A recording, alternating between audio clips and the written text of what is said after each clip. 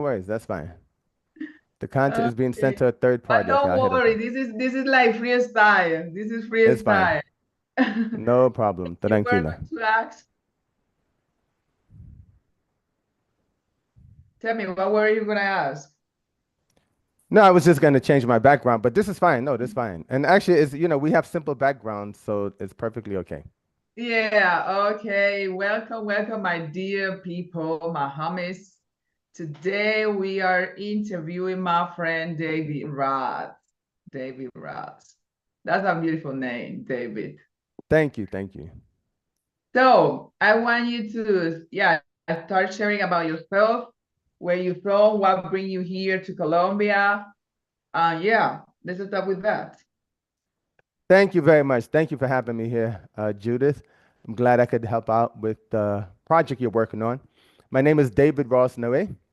I am from Georgia, Atlanta, Georgia, in the United States. I was born in Brooklyn, New York, but I moved to Georgia, I think maybe 12 or 14 years ago. And 2 years ago, I moved to Cali, Colombia, because I have The good friends. One Salsa of my best. City. What'd you say? The Salsa City. The salsa city, yes, yes. One of the things I love about Cali is the salsa, and I took salsa lessons in the U.S., but in Cali it's different, right? They have salsa caleña, so I had to take more lessons here. But one of my best friends is from Cali. He and his family are from Cali. He and I met in the United States, but he moved back to Cali about 10, 12 years ago because he got divorced and he remarried. Oh, Anyway, I visited him in May of 2022 and I loved it. I loved the weather, the food, the people are friendly. people. So I decided to move to Cali, Colombia. Great, great. I love Cali. I've been there like, yeah, 2 years. Um, it's a beautiful city. People are so nice. I love that place. And I have like some relatives back there. So from time to time, I try to visit. That's awesome. Okay. You are, yeah, staying there. Yeah. Tell me, when did you start learning Spanish? Because the day we met, you told me like, hey, I need some help with my Spanish. Fine. Good question. I basically started learning Spanish in the US, in the Estados Unidos, when I was living Okay. in Miami. Because when I was Okay. when I was like 10, I lived in Miami, Florida, and in school we had Spanish classes, Spanish lessons, because I'm sure many of your viewers know that Miami, Florida, has many Latino Americanos or Yeah, Latin Hispanohablantes, right? Americanos or So Latino people, like Jennifer Lopez said. yeah, exactly. So I remember when from, elementary school, right? I was taking Spanish classes and I remember like phrases we had to learn, like if we wanted to go to the bathroom, we say puedo ir al baño, right?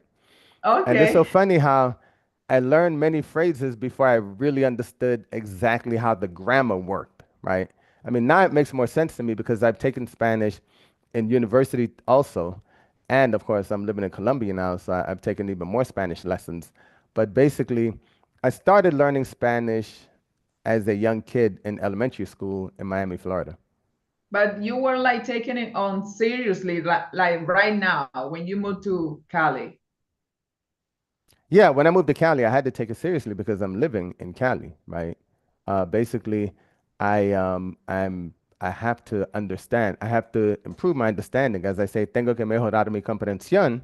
También tengo que practicar más. So basically, I have to learn faster.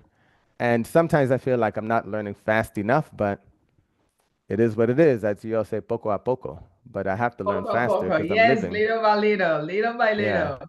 Yeah, and tell me, exactly. what part of Spanish have been like kind of hardest or the most difficult ones?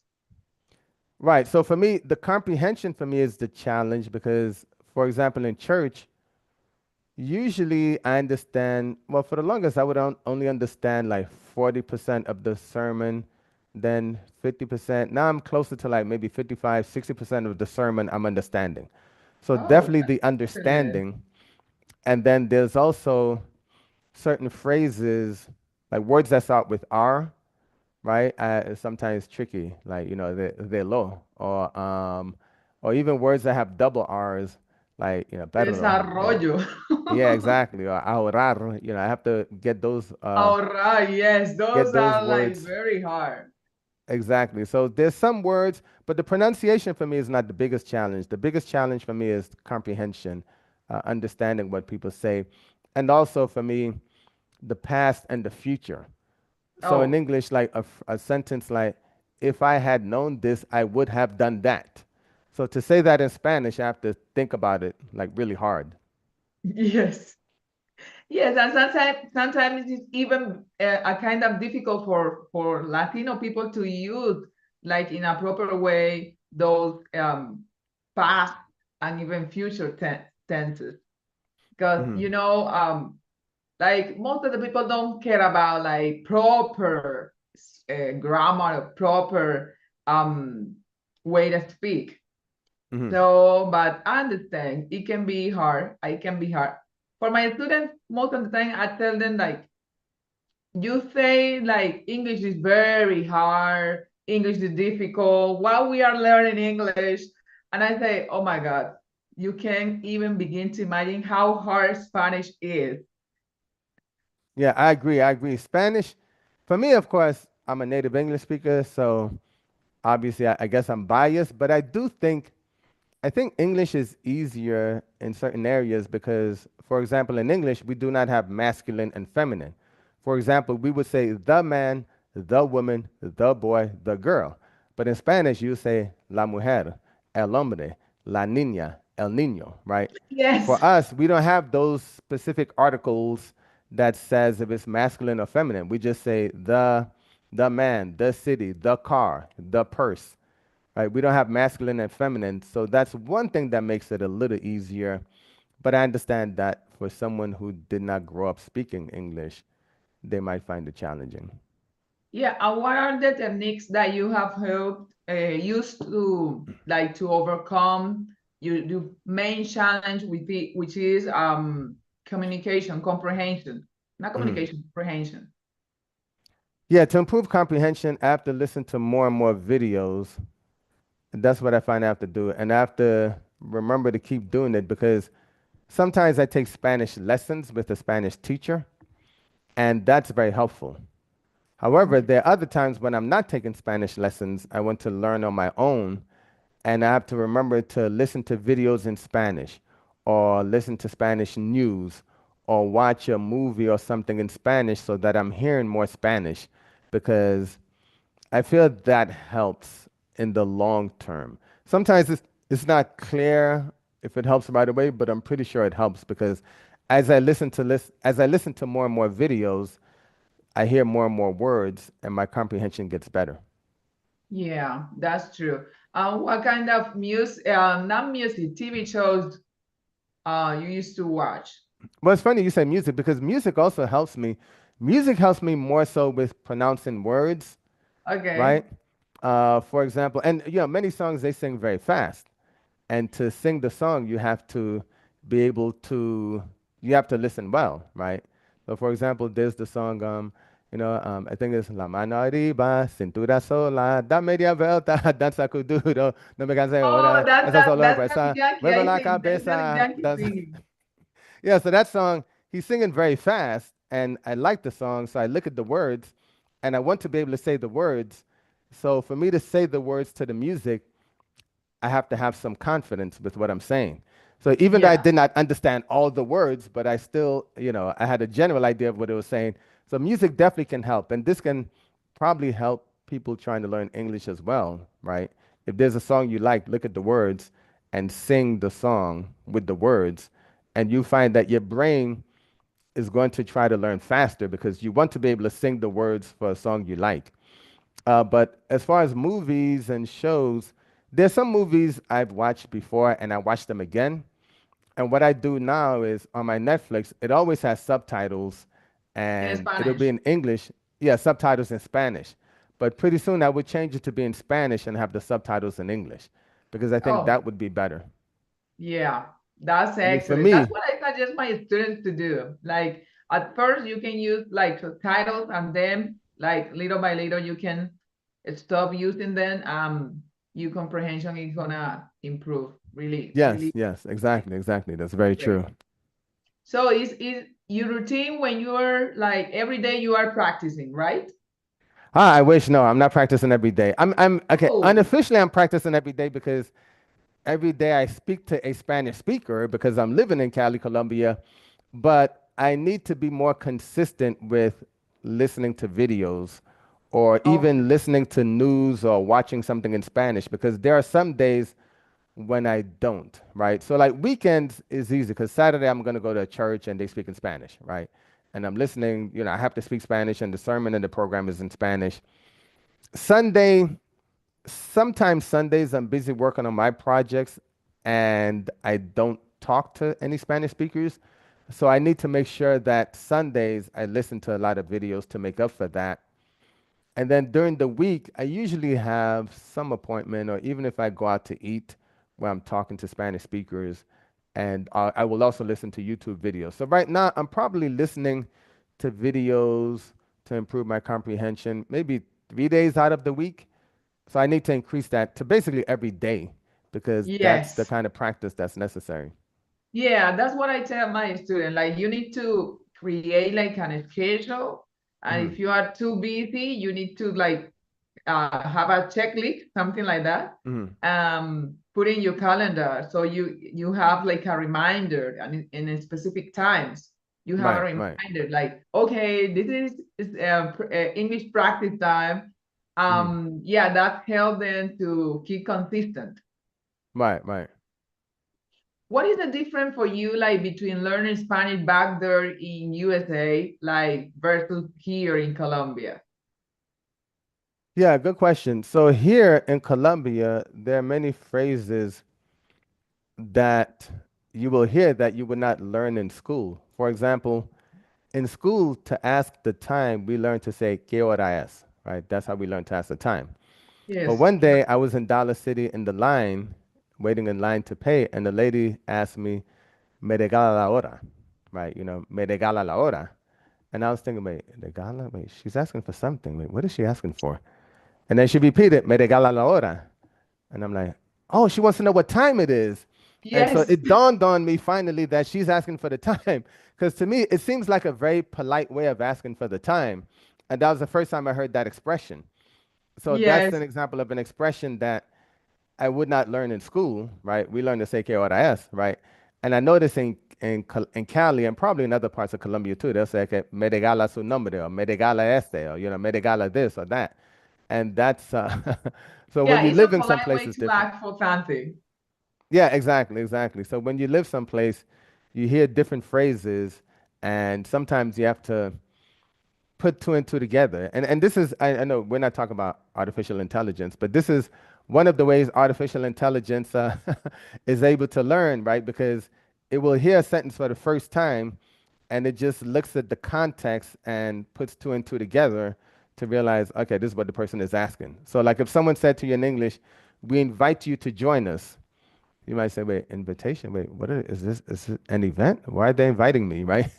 But that's just a polite way of saying, join us, right? Yes, So, that's right. That's right. Tell me, I'm just wondering, do you have an Spanish teacher there which was from any Latino country? yeah, so I've had several Spanish teachers since I've been here, Okay. and I But find back right there now, in USA, but I'm talking about back there in USA. no, I did not have a Spanish teacher in the US. No, I only started taking Spanish lessons, formal Spanish lessons with a tutor after I moved to Colombia because that's when I Okay. realized I need to learn faster. In the US, I use Duolingo, I use apps, I watch videos. I tried to learn on my own. But when I moved to Okay. Colombia, that's when I started hiring Spanish teachers. So you would say that even when you can be like on learning on your own, anyhow, you need to find someone to help you out. Yeah, you can learn on your own. I meet people who learn on their own, and I think that requires a lot of discipline. And I'm impressed when I hear people say they've learned on their own. But some people learn on their own. They use applications, they use movies, videos, different things. They keep practicing and they get better just from practice, right? So I don't, and that's one of the reasons I don't have a teacher all the time because I do believe I can learn on my own if I just keep listening and practicing. That's good. What would you suggest to Spanish learners struggling to stay motivated? Because most of my students are like, "Oh my God, English is boring," or "English is so hard." And sometimes they start like practicing, learning, and when they find like a setback, they are like, "Oh my God, I'm gonna quit." Yeah, So what that's would that's you say? yeah, that's a good question. So everyone is different, right? Some people are motivated by, for example, maybe they want a better job, right? If you learn English, you have more job opportunities.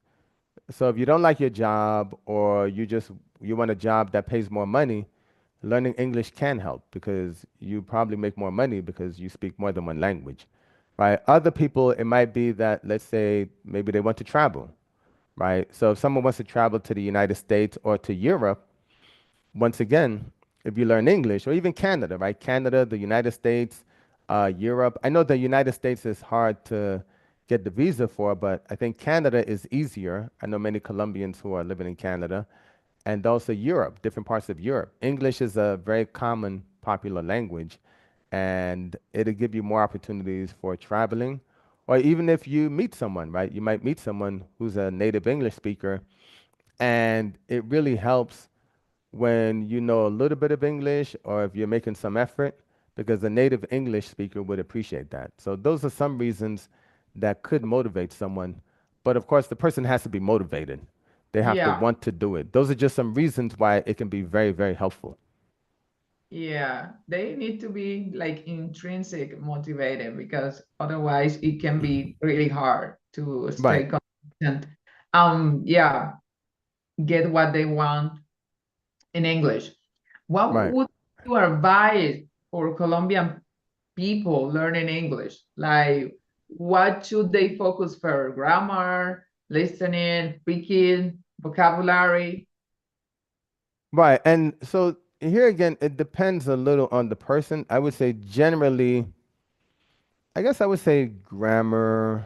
Well, no, I would say vocabulary is a big one because even if you mispronounce a word or you don't use the correct grammar, at least if you get the message across with the vocabulary, then the person might understand. So basically, I would say, start with the vocabulary, learn different words, and then practice speaking because you want to be able to get the message across, right? And if you True. can get the message across, even if it's not accurate, it's still helpful that you got the message across. That's right. That's right. Last week, I was interviewing some people for my mentoring program, and most of them told me like, "Oh, I feel nervous when talking to people in English," and I was like, "You sure it's just you being nervous, or is because you don't know the exact word you need to use?" And so for me, it's like when you are not confident when speaking in English, it's because you lack vocabulary more than just grammar or like structure or great pronunciation. Mhm. Yeah, that's a lot of people get nervous. Even English speakers who are learning Spanish sometimes get nervous. Now, the extranjeros who are living here in Colombia, the ones who have to speak Spanish, they have to get over the nervousness because you're in a Spanish speaking country. So you have to practice. I mean, if you're a tourist just visiting, that's one thing. But if you live in here like I am, you have to get past the nervousness. But Yeah. to get past the nervousness, I know it's not an easy thing to do for many people. And it takes practice. Just practice, as they say, poco a poco, right? Just practice little bits here and there. Sometimes you can attend a language exchange event, especially if you're in a big city like Bogota, Medellin, Cali. They have language exchange events. I'm sure many other cities have it as well. And Yeah. when you attend these events, it helps you a lot because you're around other people who are Spanish speakers trying to learn English, and you have English speakers who are trying to learn Spanish. And basically, it's a good way to encourage you and motivate you because if you're with a group of people who are also nervous, then you realize, oh, okay, it's no big deal. We're all trying to Big learn, deal, right? right? Yes, Yeah. that's true. That's true. For me, it's like do it, even if you are afraid. Do it. Hmm. Do it. Because otherwise you are going to just breathe and do nothing, and without action, there is no progress. Hmm. So for me, it's like that. If you are nervous, Yeah. okay, you are nervous, but do it Yeah, and anyway. you can Time. even find some language exchange events online, depending on where you are. But on Zoom, there are some meetups. On the website meetup.com, you can find some language exchange events that are virtual, so you don't have to travel to a place to participate. But the key thing is find language exchange events or find organizations where they're also speaking English, right? Sometimes you have an organization where they might have a meeting and it's in English and Spanish. Attend that and it will be encouraging because you're around other people who are also trying to learn. That's excellent. Thank you. Have you noticed any common mistake like Spanish people or Latino people when they are learning English, they are like committing this kind of mistake? Yeah, there's some common mistakes. For example, in English, our letters sound a little different. For example, the letter Y, right? I guess Y is Y in Spanish, right? Yes, Right. Y. So Y, so some Spanish speakers, when they say words that start with Y, instead of saying something like you, they'll say you, right? The sound, Yes, right? But in English, we don't have that you sound. We say you. Like think of the word YouTube or Yahoo, right? That sound is a little different. And yes, also another thing is words that start with S, essay in English, when we pronounce it is just one syllable. Like we say Steve, right? Or stop, or stay, stand. But sometimes some Spanish speakers might say Steve, or stop, or stand, and that's not a how we say it. student or a study. Right, right, exactly. So it's kind of like the word see, right? Like see or no. If you ask me a question and I said see, you might be like, okay, that doesn't sound right. But if I say see, that sounds that sounds normal. In Yeah, English, it's similar. Words that start with S, there's no before the S. It's just Steve or C or sound. Those are some common mistakes with pronunciation. And then there are mistakes with grammar, but it yeah. takes Like time what? to not make the grammatical mistakes because there are many possible grammar mistakes. That's true. That's true. Grammar can be a nightmare. Yes. It can be a nightmare. But anyhow, we need to like little by little learn how to deal with it. What are some things you've grown to love about Colombian culture and daily life? Like you have been here 2 years, for 2 years. Um, so what are the things about the culture or daily life that you like today you say, oh my God, I love this from Colombia. Hmm. Right. A few things I love, for example, the food. I love the food here. It's usually fresh. La comida es fresca. And for me, that's really good. The food is usually made to order. For example, I like pizza. And Yeah. pizza is usually when I order a pizza, it's fresh. It's a What is your personal favorite? pizza made for me, right? And also, I love like jugo naturales. I love the fact that they take time to make the natural juices, right? In the United States, soda, water, beer is very common. Many restaurants, they don't really have natural juices. They might have apple juice or orange juice, but it's usually not natural, fresh juice. Yes. And I It's love the fact that here they take that. Well, first of all, they have good climate and they grow many fruits here, so it's easier to make the natural juices. That's one of the things I like, and I also like that at least in Cali, and I guess also even like in Medellin, Bogota. I don't know as many people in Medellin, and I know a few more people in Bogota. But people in general seem more friendly, more family oriented, and I think that's really good. When people are friendly, more family oriented. For example, I might go to a church, I'll visit a church, and sometimes people invite me home for lunch, even though they're just meeting me the first time, right? And that's to me that's really cool. So people tend to be more friendly, generally speaking, here in Colombia. That's something I really like. That's true. What's one Colombia dish or phrase or tradition that you absolutely love? Besides, like you say, okay, I love food, but tell me, like, I don't know, I love bandeja paisa. Right, right. So I actually like bandeja paisa, pero sin carne, with no meat, because I'm Okay, vegetarian. got it. And but my favorite, some of my favorite dishes are pan de bono. I love pan de Pan de bono, pan bono. de yuca. Okay, pan de Yeah. bono. Yeah, yeah. To me, that's really tasty. I said I love pretty much all the jugo naturales, but I love jugo de lulo, more jugo de lulo y jugo de maracujá. I love those. I also like arepas, also without meat. Okay, And arequipe, I love. Yeah, salsa de arequipe. For me, that's a really tasty thing to put on waffles or something sweet that I'm having. So those are some of the ones that come to mind. There are probably other dishes that I'm forgetting the names of or that I'm forgetting. But definitely I love the jugo naturales and also the the sort of tropical flavor. Well, not tropical, but the different flavorings for different foods, right? The way they do different foods here. And I also love how even, for example, I love Italian food, and they'll have Italian food, but then they might have something like ravioli de chantaduno, right? Or ravioli de maíz. And to me, that's really good how they take an Italian food concept and they blend it with the cultural food.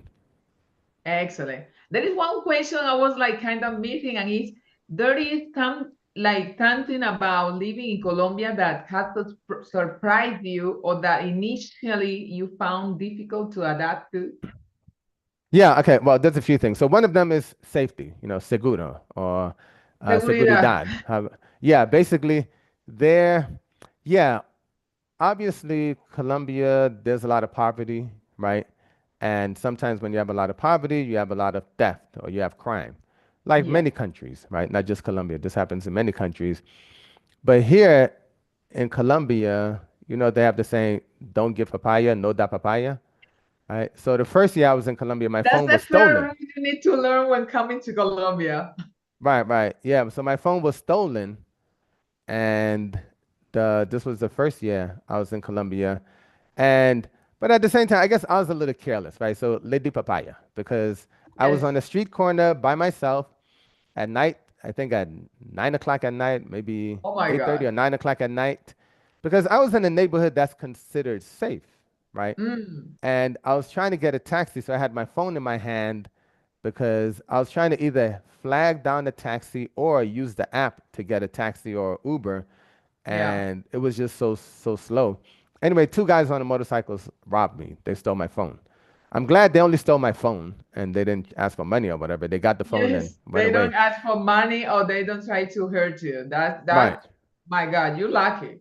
Right, right. So that's one of the things I have to get used to when they say be careful using your phone out in the street. If you're in a restaurant or in the mall, it's better. But if you're out on the street, be careful, especially if you're by yourself or it's nighttime. You want to be Yeah. very careful using the phone. And it's not even just me, but I just hear like most people I know have been robbed. I mean, the only person who hasn't been robbed is my best friend. He's the reason I moved to Colombia.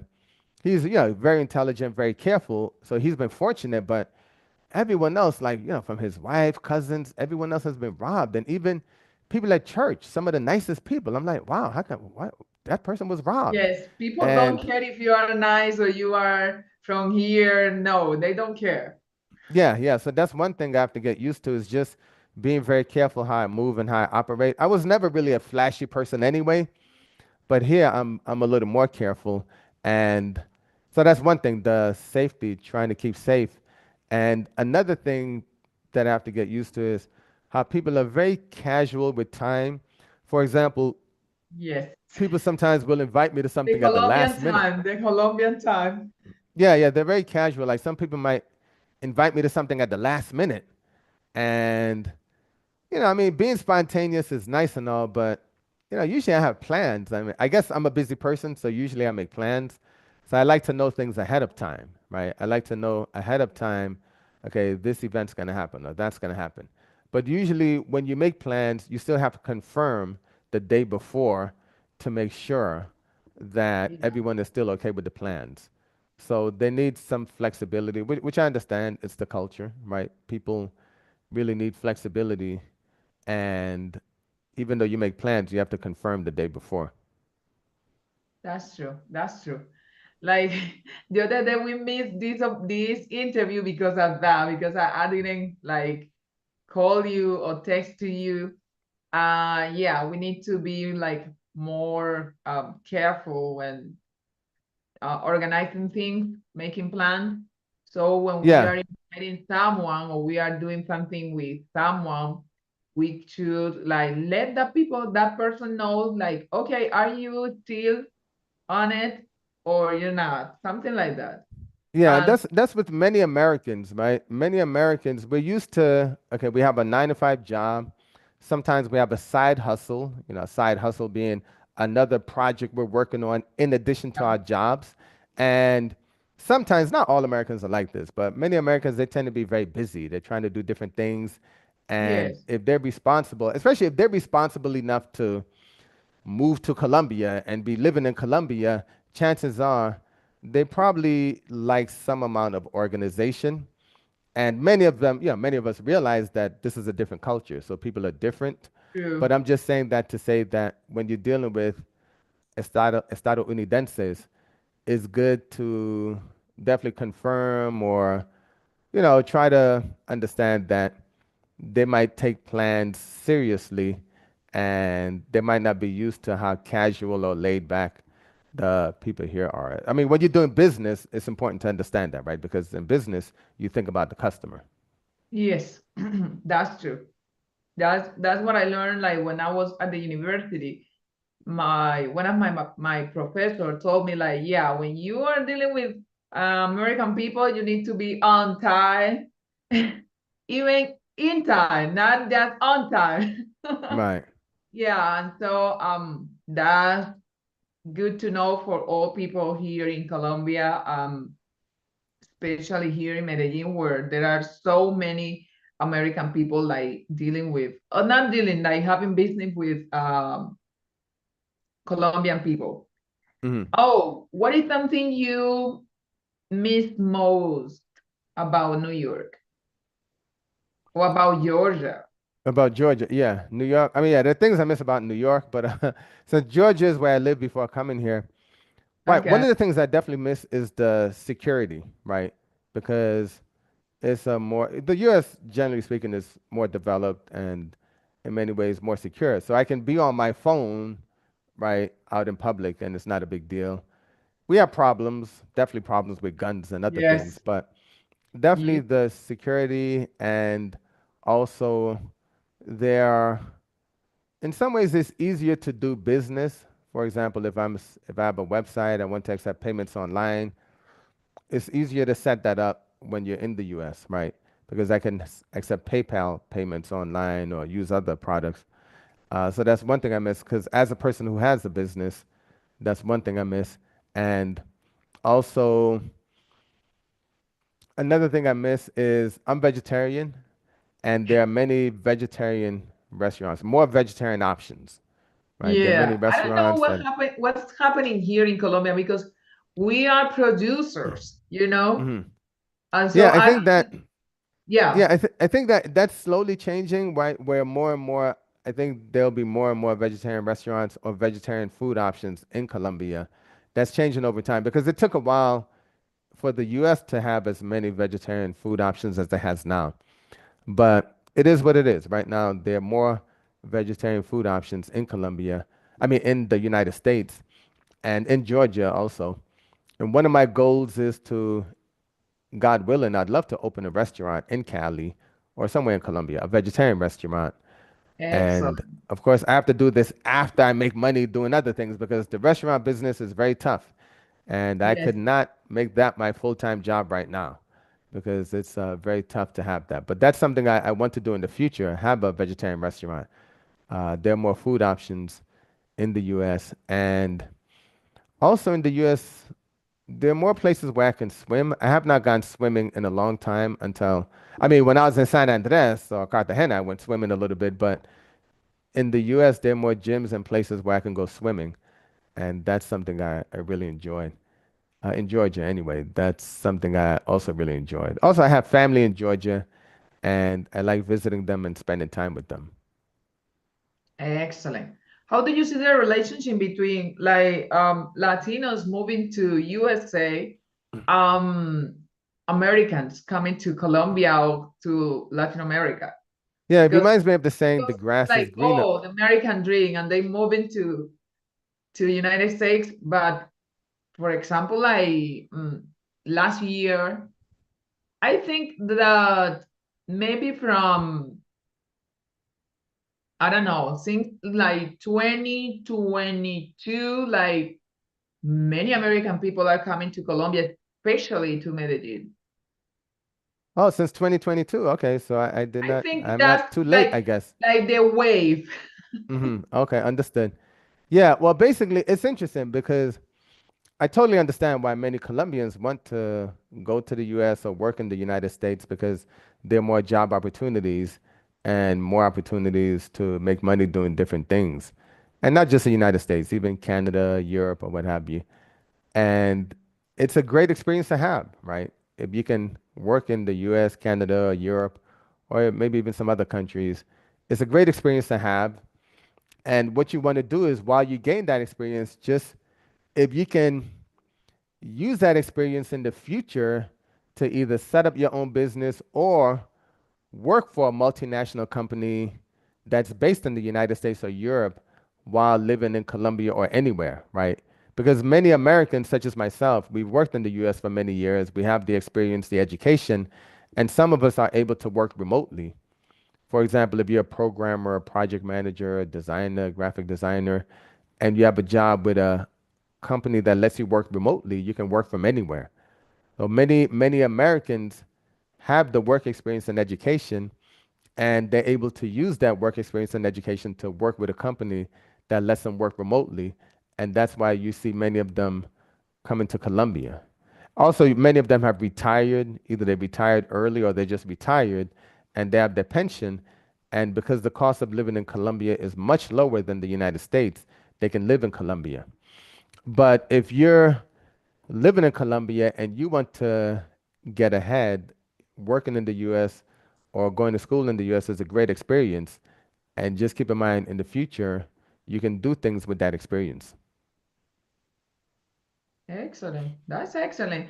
For example, like 1 month or 2 months ago, I was in a job fair festival Hmm. in yeah, here in Medellin.